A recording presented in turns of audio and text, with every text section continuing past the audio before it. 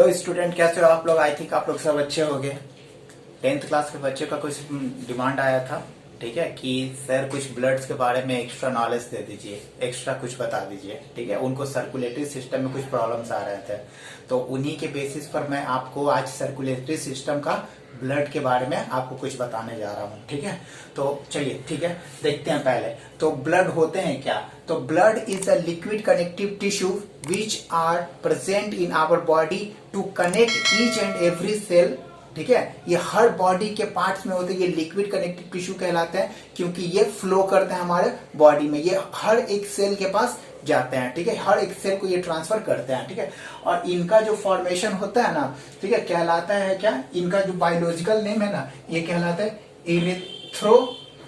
Erythrocytes, ठीक है, ये इरिथ्रोसाइट्स कहलाते हैं, है ना। तो erythropoiesis, the formation of the blood is called erythropoiesis, ठीक है। ये फॉर्मेशन होते हैं ब्लड का, ये कहलाते हैं आपका इरिथ्रोपोरेसिस। अब ब्लड को अगर क्लासिफाइड किया जाए ना, तो ब्लड जो होता है वो मेनली दो पार्ट्स में क्लासिफाई करता है, ठीक है। एक पार्ट होता है आपका प्लाज्मा और दूसरा पार्ट होता है आपका सेल। सेल वो कहलाते हैं जो कि न्यूक्लियस कंटेन भी करते हैं और न्यूक्लियस नहीं भी कंटेन करते हैं, लेकिन सेल के कुछ ऐसे भी पार्ट्स हैं, ठीक है, ब्लड के सेल के कर्पसल्स के ऐसे भी कुछ पार्ट हैं जो कि क्या होते हैं, कंप्लीट सेल नहीं है, ठीक है। तो प्लाज्मा कहते हैं क्या इसको, ठीक है। तो देखिए प्लाज्मा जो है वो भी क्या होते हैं, एक लिक्विड टिश्यू है, लिक्विड कनेक्टिव पार्ट्स हैं, ठीक है, जो क्या करते हैं कि हमारे बॉडी में ब्लड को यानी कि सेल को फ्लो करवाते हैं, ठीक है। ये तो प्लाज्मा मेनली जो होते हैं वो तीन पार्ट्स में क्लासिफाई किए गए हैं, ठीक है। एक आपका क्लॉटिंग फैक्टर, दूसरा आपका एल्बुमिन प्रोटीन,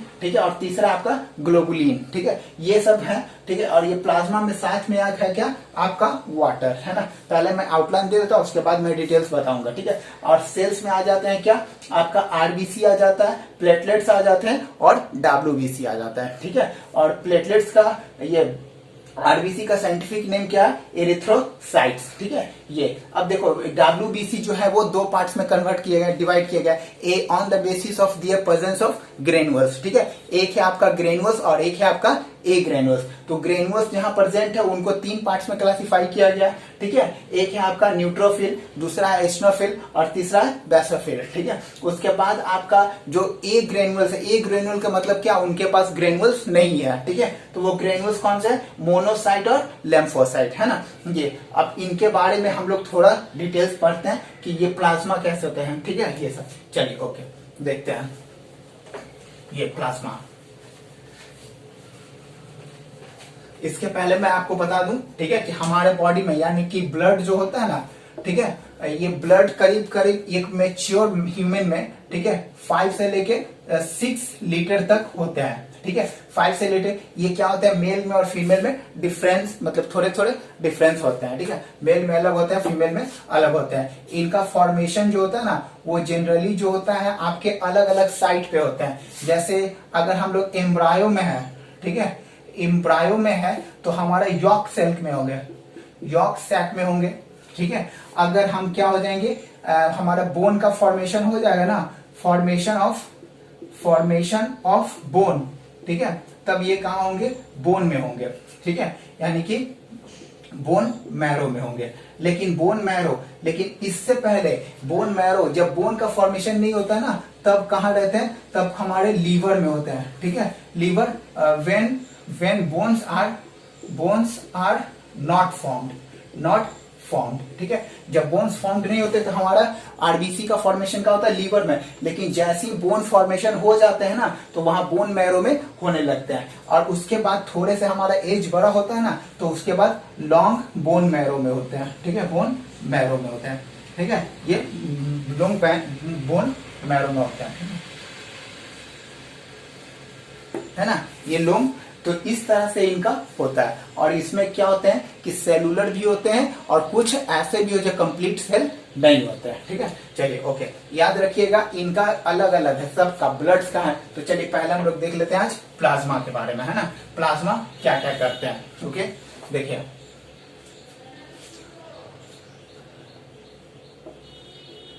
प्लाज्मा, ठीक है। देखिए प्लाज्मा जो है ना, वो जनरली कंटेन क्या करते हैं, इट कंटेन, ठीक है, इट कंटेन क्या, 90 to 96% वाटर, ठीक है, ये 90 to 96% वाटर। उसके बाद 6 से 7% जो होते हैं वो प्रोटीन कंटेन करते हैं, ठीक है, ये प्रोटीन कंटेन करते हैं। और साथ में क्या करते हैं, कुछ प्रोटीन के अलावा कुछ ऐसे भी होते हैं ना, ठीक है, जिनको कि मतलब ये एंटीबॉडीज बनाते हैं, एंटीबॉडीज भी बनाते हैं, ठीक है, साथ में ये एंटीबॉडीज बनाते हैं, है ना। और साथ में ये हमारा क्या करते हैं, एक्सेसिव ब्लड को रोकते भी है, यानी कि प्रिवेंट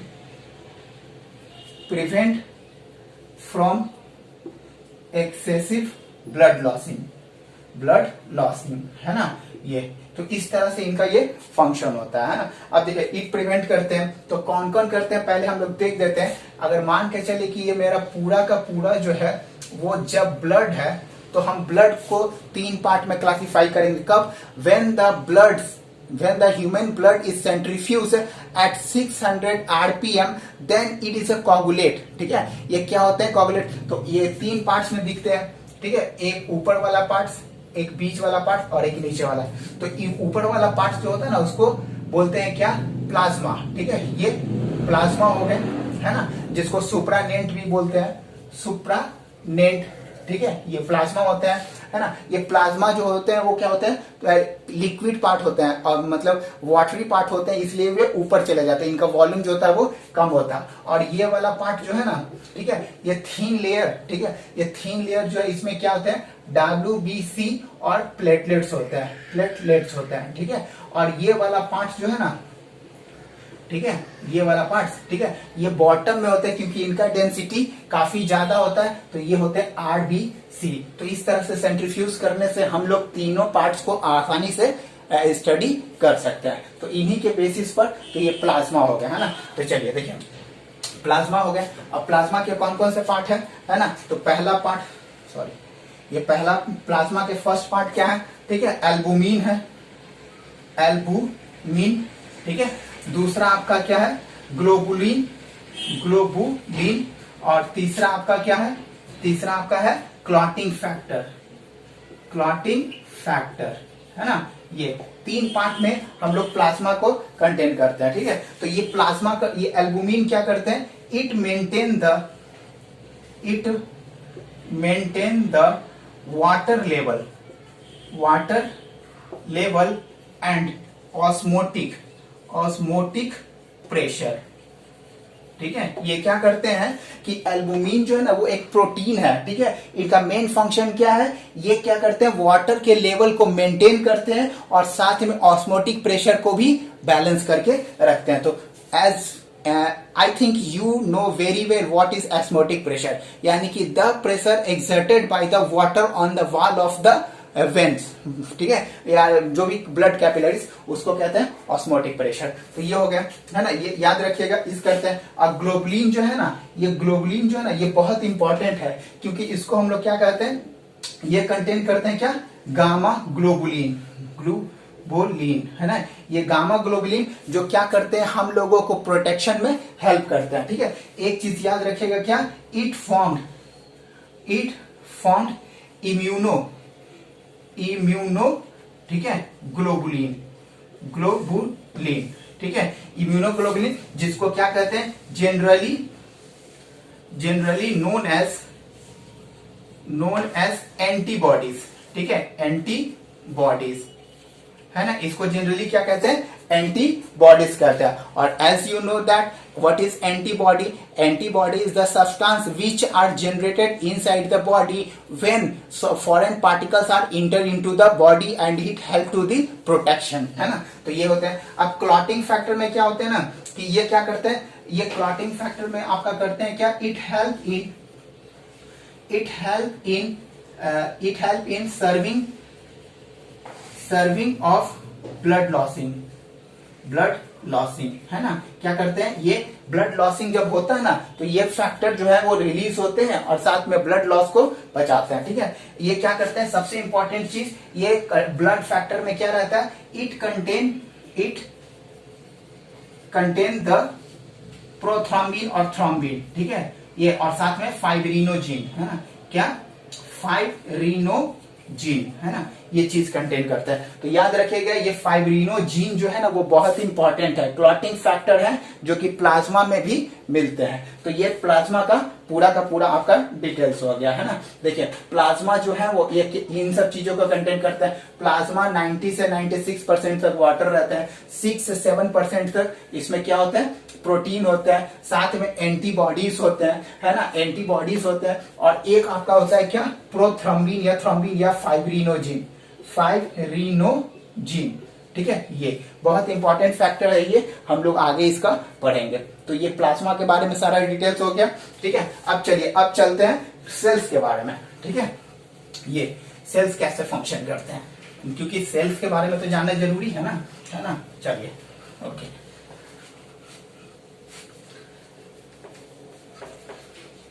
देखिए सेल्स, ठीक है। सेल्स में क्या है, सेल्स जो होते हैं वो जनरली हम लोगों का 3 कंडीशन होता है, ठीक है। एक है आपका आरबीसी और एक है आपका, ठीक है, प्लेटलेट्स, ठीक है, और दूसरा है आपका क्या, WBC, ठीक है। तो आरबीसी जो होता है ना, ये क्या करता है, इसका जनरल हम लोग क्या कहते हैं, it's another name is erythrocytes, ठीक है ना। इसका जनरल नेम जो है वो क्या है, इरिथ्रोसाइट्स है ना। और ये क्या होता है, फॉर्मेशन इसका यानी कि formation of the RBC is called erythropoiesis, ठीक है। ये क्या कहलाते हैं, इरिथ्रोपोइसिस,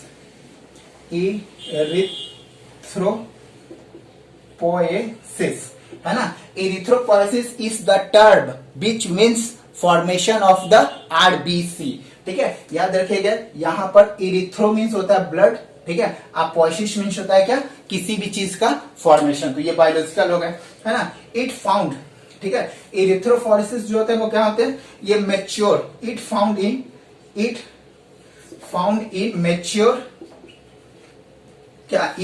मैच्योर बोन मैरो, ठीक है, बोन मैरो, है ना। ये बोन मैरो में होते हैं। अब यहां पर थोड़ा सा हम बोन मैरो का बना देते हैं, ठीक है। ये हुआ, है ना, ये है ना। तो यहां पर ये आपका क्या कहलाता है, यहां पर ये रेड बोन मैरो होते हैं, ठीक है। और ये वाला पार्ट जो है ना इसको कहते हैं येलो बोन मैरो,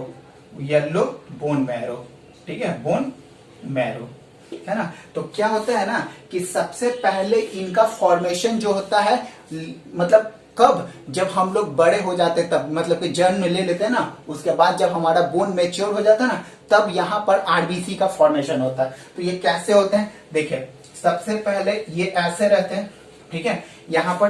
तो ये आपका न्यूक्लियस रहता है, यहाँ पर साइटोप्लाज्म रहते हैं, ठीक है। और ये क्या करते हैं, बहुत सारे सेल ऑर्गेनल, ये क्या करते हैं, सेल ऑर्गेनल कंटेन करते हैं, ठीक है, ये कंटेन करते हैं। और ये इमेच्योर होते हैं, ठीक है। तो इमेच्योर रहते हैं, ये याद रखिएगा, ये जो है वो इमेच्योर होते हैं, है ना। तो ये इमेच्योर जो होते हैं ना, इमेच्योर आरबीसी, उनका फॉर्मेशन यानी कि यहां पर होता है, यहां पर ये इमेच्योर आरबीसी का फॉर्मेशन होता है, ठीक है। ये इमेच्योर आरबीसी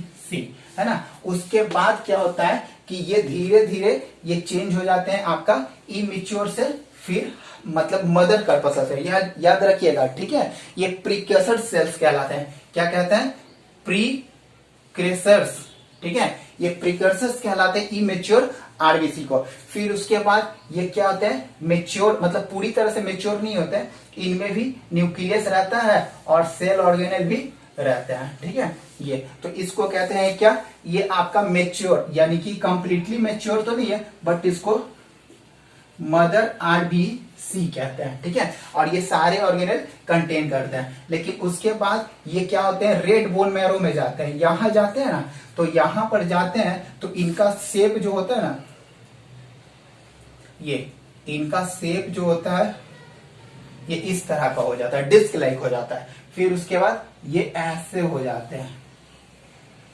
ऐसे, है ना, यहां से ये, सॉरी, ये ऐसे हो जाते हैं, है ना, डिस्क लाइक हो जाते हैं, है ना। तो यहां पर इनका क्या होता है, nucleus, it has lost its nucleus, क्या क्या, its nucleus and cell organelle, ठीक है। ये क्या करते हैं, अपना न्यूक्लियस और सेल ऑर्गेनेल लॉस कर देते हैं और सिंपल ये वैक्यूम बन जाते हैं। तो ये क्या हो गए, ये कहलाते हैं क्या, मैच्योर आरबीसी, ठीक है, मैच्योर आरबीसी, ये मैच्योर आरबीसी कहलाते हैं, ठीक है। तो इस तरह से इनका क्या होता है, आरबीसी का फॉर्मेशन होता है, ठीक है। ये इस तरह से हो गए। अब देखो यहाँ पर क्या है, अब इसके बारे में थोड़ा सा मैं बता देता हूँ, ठीक है। इतना हो गया ना, क्लियर, साफ कर दूं ना, चलो ओके, ठीक है। ये इमेच्योर आरबीसी, अब ये करते क्या है, ठीक है। ये अब एक चीज याद रखिएगा, रेटिकुलोसाइट, है ना, रेटिकुलोसाइट यहाँ पर मैंने बनाया था ना, वो रेटिकुलोसाइट्स होते हैं। ये क्या करते हैं, डू नॉट कंटेन न्यूक्लियस, है ना। अब इसके बाद इसमें क्या फॉर्मेशन ऑफ आरबीसी तो हो गया। इट्स का क्या होता है, it's life span is 120 days after maturation, ठीक है। मैच्योरेशन के पहले याद रखेंगे ये कंडीशन, मैच्योरेशन के पहले नहीं, मैच्योरेशन के बाद इनका 120 डेज का लाइफ स्पेन रहता है, ठीक है। ये क्या करते हैं साथ में, it content huge amount of gases, hormones, ठीक है, न्यूट्रिएंट्स एंड साथ में वेस्टेज मटेरियल, ठीक है। ये क्या करते हैं, इन सब चीजों का ये ट्रांसफर करते हैं, ठीक है। उसके बाद ये, अब इनका ये सबसे पहले तो ये तो बड़े हो गए, ट्रांसफर भी कर दिए। अब ये क्या करते हैं, इनका डिस्ट्रक्शन कहाँ होता है, तो it's destruction in graveyard called, कौन है इनका ग्रेवयार्ड कहते हैं स्प्लीन को, ठीक है, SPLLEN, है ना। ये स्प्लीन होते हैं, छोटे से रहते हैं, ठीक है, लीवर के पीछे रहता है, उसी के साथ काम करता है। तो यहाँ पर जाकर ये क्या होते हैं, डिस्ट्रक्ट होते हैं। और ये चीज किस चीज, ये आरबीसी जो होते हैं ना, वो बने होते हैं किस चीज से, ठीक है, आयरन से बने होते हैं, Fe से बने होते हैं और साथ में प्रोटीन से बने होते हैं। तो ये जाकर टूटते हैं तो किसमें, तो ये दो पार्ट में टूटते हैं। एक होता है आपका बिलीरुबिन, ठीक है, और एक होता है आपका बिलीबर्डिन, ठीक है। ये इन दो पार्ट में जाकर ये टूट जाते हैं और फिर यहाँ डिस्ट्रक्शन हो जाता है। लेकिन याद रखिएगा, ये स्प्लीन जो है ना, बहुत इंपॉर्टेंट रोल प्ले करता है। Spleen play a important role